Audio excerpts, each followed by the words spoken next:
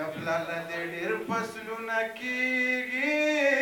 سږنی ګوړه دې واده له خرڅکېنه جانانه تورې جامې وکا تورې جامې در سپلا مزه کوینه اول مې نوې وسې وایم په زړه مې توره وینه ډنده اوس دې مرمه واشکې حبیب بدناوي